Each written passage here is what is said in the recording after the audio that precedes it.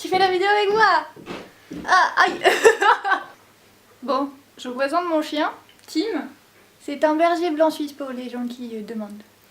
Bonjour, aujourd'hui je voulais parler de procrastination. De procrastination et de comment se débarrasser de son envie de procrastiner. Alors évidemment, je vous le dis dès le départ, je ne suis pas une pro à ne pas procrastiner. Je crois qu'il n'existe pas de pro à ne pas procrastiner. Simplement, il y a des gens qui ont plus d'autodiscipline que d'autres et je pense que niveau autodiscipline, je me situe pas trop mal. Je suis capable de faire des trucs que j'ai à faire en temps et en heure. Et ce que j'explique n'est d'ailleurs pas valable uniquement pour les cours, mais aussi pour tous les projets que vous avez à faire. Du genre, je me sers de ces conseils pour ma chaîne YouTube. Première chose, d'abord, si vous avez du mal à gérer votre temps et que vous avez toujours envie de procrastiner, j'aimerais que vous vous posiez la question de si vous avez un bon rythme de sommeil et si vous avez suffisamment de sommeil. Parce que j'ai remarqué que les gens qui sont fatigués ont tendance à procrastiner beaucoup plus que les autres. Et c'est pas un secret que les écoliers, de manière générale, manquent toujours de sommeil. Donc si vous vous trouvez extrêmement fatigué, plutôt que de travailler, je vous recommande de faire des siestes. Faites une sieste d'une demi-heure là tout de suite, revenez pour le reste de ma vidéo où vous pourrez vraiment commencer à travailler avec, d'accord ? Maintenant que vous êtes revenu de votre sieste, et que j'ai changé de décor parce qu'on aurait trop dit que j'étais devant les portes de l'enfer, j'aimerais aussi que vous vérifiez si vous faites de l'exercice relativement régulièrement.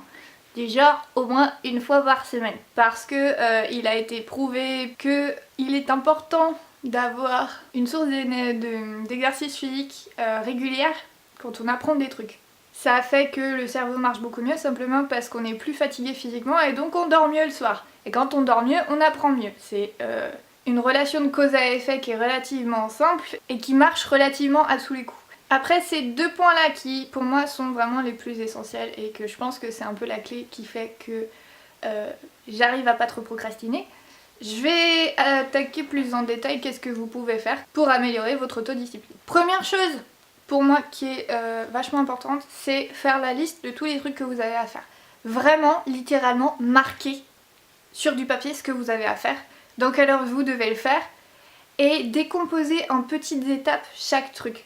Par exemple, si vous avez un exposé à faire sur le kabuki, mettons, au lieu de simplement lister exposé sur le kabuki, vous faites faire des recherches sur le kabuki, faire le plan de l'exposé, rédiger partie 1, partie 2, partie 3, mettre en page, rajouter des images et s'entraîner à passer à l'oral.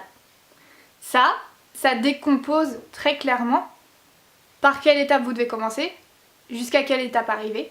Et ça vous donne un guide visuel de à combien de pourcents en gros vous êtes dans votre préparation de votre exposé. Ça a un autre effet positif, c'est que ça vous paraît beaucoup plus faisable que juste l'exposé de la mort. Puisque finalement vous vous dites bon ok, faire les recherches, je peux au moins faire ça aujourd'hui, demain je ferai le plan, après-demain je rédigerai une partie, puis l'autre, et ainsi de suite. Parfois quand je fais des listes comme ça, je me rends compte qu'en fait elles sont beaucoup trop longues. Et ça me décourage complètement parce que je suis du genre à stresser énormément en fait. Dans ces cas-là, je me dis bon, le minimum c'est qu'aujourd'hui je fasse un truc. Peu importe lequel c'est, peu importe si c'est dans l'ordre ou pas, il faut que je prenne un truc dans la liste et que ce soit ça que je fasse aujourd'hui si je fais seulement une chose. Ça m'aide vachement pour les périodes d'examen où je suis extrêmement stressée. Finalement quand on commence à faire un truc, bah parfois en fait on fait beaucoup plus que ce qu'on avait prévu. Parce qu'on est dans le groove et parce que des fois on choisit de faire un truc dans la liste et au final on se rend compte que ça a pris que 10 minutes, alors on se dit bon ok je vais en faire un deuxième quoi. C'est le premier pas qui est le plus dur, après le deuxième il vient tout seul. Une autre chose qui marche bien pour moi aussi pour faire le premier pas, je prends encore une fois une chose que j'ai à faire sur la liste et je visualise comment je serai quand j'aurai terminé. Et je me dis ok, j'ai la première partie de mon exposé à écrire, mettons que ça va me prendre 2 heures. Dans 2 heures, je pourrais regarder un épisode de Terrace House sur Netflix avec un bon chocolat chaud dans mon lit, sous ma couette, et ça va être trop bien. Et je serai super satisfaite d'avoir terminé ma première partie. Et cette façon de penser positive avant de le faire fait que je suis plus facilement d'humeur aussi à travailler. Ça c'est un petit tip, ça marche pas toujours, mais la plupart du temps ça marche. Et le dernier truc que j'utilise pour vraiment quand j'ai pas envie et que ça va être horrible, du genre quand je révise les kanji, c'est la méthode Pomodoro. C'est en fait prendre un chronomètre, donc ça peut très bien être votre portable ou votre chronomètre de cuisine, et se mettre le chronomètre pour une demi-heure. Au bout d'une demi-heure, quand il sonne, on fait 10 minutes de pause. Au bout de 10 minutes de pause, on remet une demi-heure, on travaille pendant une demi-heure, on refait 10 minutes de pause, etc. etc. jusqu'à ce que la tâche qu'on avait à faire soit finie. On se rend pas compte en fait, mais une demi-heure ça passe super vite. Et se forcer à faire une pause, ça fait qu'on n'arrive jamais au stade où on se déconnecte et on part à réfléchir à des trucs qui n'ont rien à voir. Parce que personnellement, je me dis que me concentrer très fort pendant une demi-heure, pour moi c'est faisable. Me concentrer très fort pendant une heure, c'est impossible par contre. Donc je le fais par tranche d'une demi-heure. Après, vous pouvez aussi raccourcir ces tranches-là ou varier en fonction de ce que vous voulez faire. Ce qu'il faut, c'est que les pauses soient plus courtes que les périodes où vous travaillez. Donc par exemple, vous pouvez faire 15 minutes de travail, 5 minutes de pause. Et vous faire 3 tranches comme ça et vous aurez en tout travaillé 3 quarts d'heure avec 15 minutes de pause. Vous pouvez aussi, en guise de pause, vous donner des petites récompenses du genre des bonbons. Ou vous avez le droit de regarder une vidéo YouTube par pause. Ou vous avez le droit d'écouter une chanson, un truc comme ça. Ça peut donner plus de motivation encore d'arriver à la pause et de se dire c'est bon, j'ai travaillé dur, je peux avoir droit à un dragibus. C'est pas hyper bon toujours pour la santé, mais c'est une idée.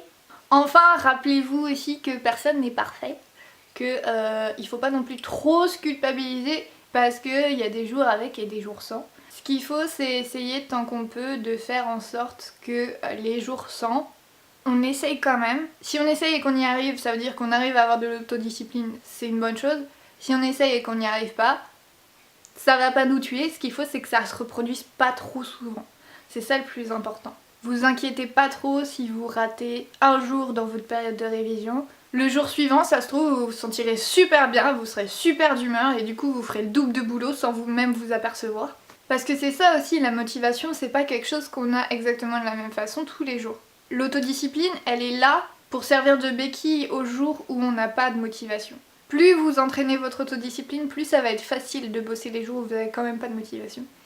Mais ça vient pas tout de suite, ça vient au fur et à mesure, c'est une compétence qui se développe, c'est une habitude qui se développe aussi. Par contre, si vous prenez ça dans l'autre sens et que vous avez rien foutu de tout le mois, là je vous dis non, allez bosser quoi. Il y a un moment, il faut s'y mettre mon coco. Mais pour les gens qui sont plutôt comme moi à s'auto-flageller à chaque fois qu'ils travaillent pas, c'est bon, hein, c'est pas la peine de se faire du mal. J'essaye de m'en convaincre quand je dis ça. Tout ça pour dire qu'il faut pas se pourrir la vie avec de la culpabilité auto-infligée.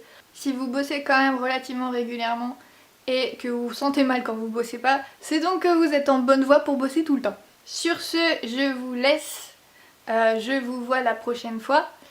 J'ai pas encore décidé du thème de la vidéo, alors si jamais vous avez des trucs dont vous voulez que je parle, n'hésitez pas à me le dire en commentaire. Un gros merci d'ailleurs, parce qu'on vient de dépasser les 1000 abonnés. Je suis hyper contente de voir que je trouve un public avec ces vidéos parce que c'est un sujet qui me tient à cœur. C'est une chaîne qui me tient à cœur, c'est un projet qui me tient à cœur. Je pars bientôt au Japon.